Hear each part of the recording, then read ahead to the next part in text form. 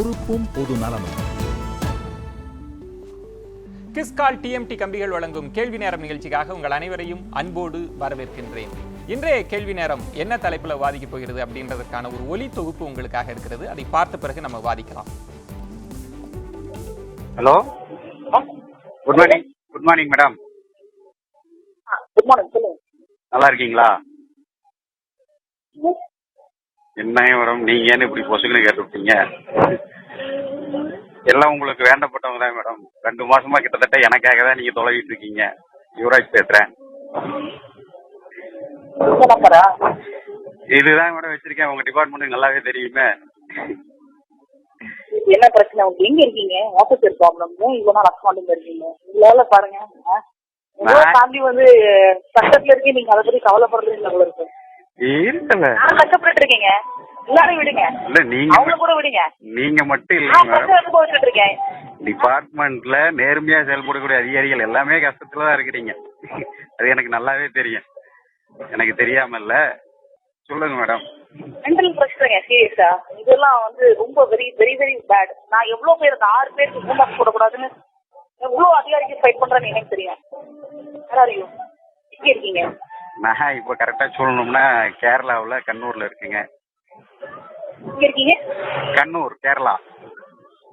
கண்ணூர், கேரளா. சரி, ஏன் சரண்டர் ஆக மாட்டீங்க? என்ன பிரச்சனை? எதுக்காக மேடம் ஆகுனேன்? ஆரம்பத்துல இருந்து இதுல என்ன நடந்துட்டு இருக்கு நான் அவர்கிட்ட பேசினேன். சக்கரபாணி சார்ட்ட இல்ல என்ன பிரச்சனை அப்படிங்கறத மூவ் பண்ணேன்.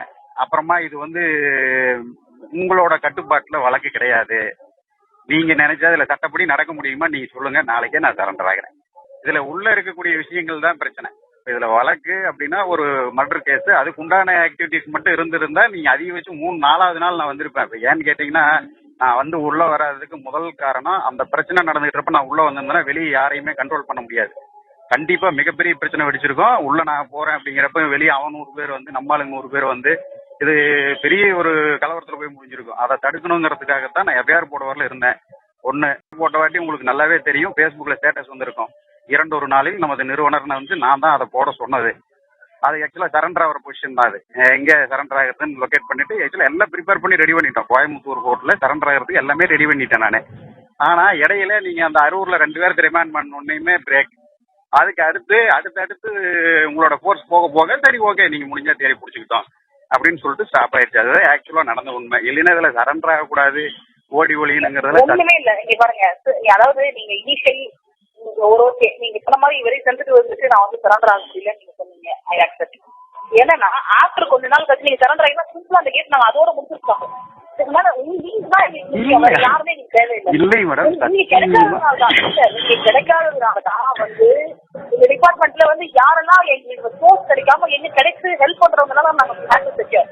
அதர்வைஸ் வந்து இது ஒரு பெரிய இஷ்யூ இருந்திருக்காது. நீங்க கிடைச்சிருந்தா இந்நேரம் இவ்வளவு தூரம் கேஸ் வளர்ந்துருக்கு. ஒரு சாதாரண மாடல் கேஸ் நீங்க சொல்றீங்க இல்லையா, ஒரு ஆர்டரிங் மாடல் கேஸ், அது மாதிரி சிம்பிளா முடிஞ்சிருக்கும். அவ்வளவுதான். நீங்க வந்து கிடைக்காத ஒரே ரீசனுக்காக தான் வந்து we had to make so many steps. கிட்டத்தட்ட வந்து 2 மாசம். அதாவது நீங்க உங்களை விட்டுருங்க சார், நான் வந்து இதெல்லாம் கூட கேட்கல. உங்களை விட்டுருங்க, உங்க ஃபேமிலியை விட்டுருங்க. எவ்வளவு போலீஸ் இதுக்காக கஷ்டப்பட்டுருக்காங்க தெரியுமா? சும்மா கிடையாது. எவ்வளவு ப்ரெஷர், எவ்வளவு இது ஹேண்டில் பண்ணிட்டு வராங்க அப்படின்றது டிபார்ட்மெண்ட் இருக்கு எனக்கு தெரியும். நான் வந்து new entry to this department. உங்களுக்கு மட்டும் இல்லைங்க மேடம். இல்ல கண்டிப்பா உண்மைதான் மேடம். அதாவது ஒட்டுமொத்த தமிழ்நாட்டுல நீங்க என்ன சலிக்காத இடமே இல்ல.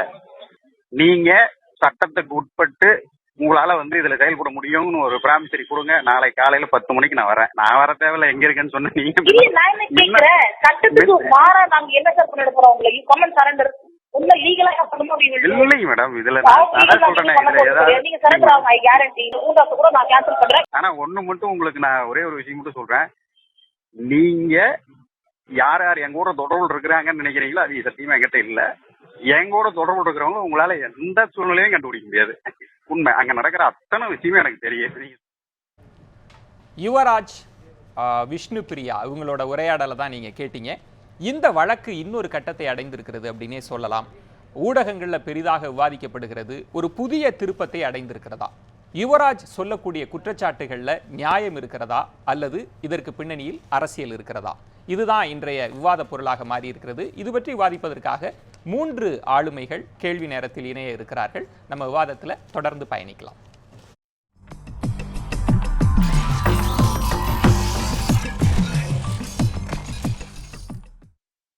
நீங்க பார்த்திருக்கலாம் யுவராஜ், விஷ்ணு பிரியா இவங்களோட உரையாடல் தான். இதற்கு பின்னணியில நிறைய விஷயங்கள், இந்த உரையாடல் நம்பகத்தன்மையோடு இருக்கிறதா, யுவராஜ் சொல்லியிருக்கக்கூடிய குற்றச்சாட்டுல உண்மை இருக்கிறதா, ஏன் யுவராஜ் ஒரு புதிய கட்டத்தில் ஒரு புதிய குற்றச்சாட்டை காவல்துறையினர் மீது வைக்கிறார், இதுதான் இதற்கு பின்னணியில் இருக்கக்கூடிய அரசியலை தான் நம்ம வாதத்திற்கு எடுத்துக்கொண்டிருக்கிறோம். இது பற்றி வாதிப்பதற்காக வந்திருக்கக்கூடிய ஆளுமைகளை நான் உங்களுக்கு அறிமுகம் செய்கிறேன். வழக்கறிஞர் புகழேந்தி அவர்கள் வந்திருக்கிறார். வணக்கம் புகழேந்தி. முன்னாள் காவல் அதிகாரி திரு சித்தண்ணன் அவர்கள் வந்திருக்கிறாங்க. வணக்கம் சித்தண்ணன். இது மட்டுமல்லாமல் நம்மோடு விடுதலை சிறுத்தைகள் கட்சியிலிருந்து திரு வன்னியரசு நம்மோடு இணைகிறார். வணக்கம் திரு வன்னியரசு. நான் முதல்ல உங்களிடமிருந்து தான் ஆரம்பிக்கணும். பொதுவாக காவல்துறை இந்த மாதிரியான ஆடியோ, அதுவும் வாட்ஸ்அப்பில் வரக்கூடிய ஆடியோவினுடைய நம்பகத்தன்மை குறித்து கேள்வி எழுப்பும். நீங்க இதை ஒரு காவல்துறையில் அனுபவம் பெற்றவரா எப்படி பார்க்குறீங்க? முதல் கட்டமா நான் விவாதத்தை அடுத்தடுத்த கட்டங்களுக்கு நகர்த்துறேன். நம்பகத்தன்மை குறித்து உங்கள் பார்வை? இல்லை, இந்த ஆடியோ வந்து முதல்ல ஒரு ஜெனுவனாக உள்ள ஒரு ஆடியோவா அல்லது கன்கார்டடு அண்டு ஒரு போலியாக ஒரு ஜோடிக்கப்பட்டதா அல்லது பல்வேறு ஒரு முழுமையான ஆடியோ இல்லாமல் நிறைய எடிட் பண்ணி அவங்களுக்கு வேண்டியதை மட்டும் கொடுத்துருக்காங்களா அப்படின்னு தெரியாது. அல்லது வேற யாராவது மிமிக்ரி பண்ணி கூட பேசியிருக்கலாம், சான்ஸ் இருக்குது. இப்போ எல்லாம் நிறைய மாதிரி சான்ஸ் இருக்குது.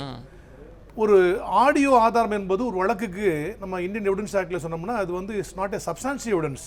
அது ஒரு முழுமையான ஆதாரமாக நீதிமன்றமே ஏற்றுக்கொள்ளாது.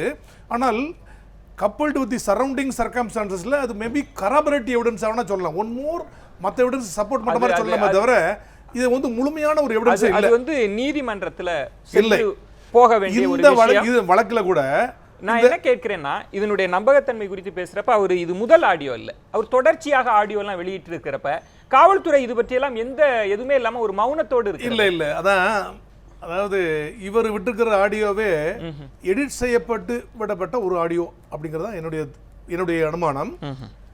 முழுமையான ஆடியோ எல்லாம் காவல்துறை கிடைக்காம இல்லை, முழுமையாக பேசப்பட்டு இவர் இவ்வளவு கிளவரா ஒரு ஆள் கூட பேசுனதை ஒரு காவல்துறை அதிகாரி பேச ரெக்கார்ட் பண்ணி வச்சிட்டு இருந்தார் அப்படின்னா அந்த காவல்துறை அதிகாரி சகோதரி டிஎஸ்பி விஷ்ணுபிரியா ரெக்கார்ட் பண்ணாம இருப்பாங்க.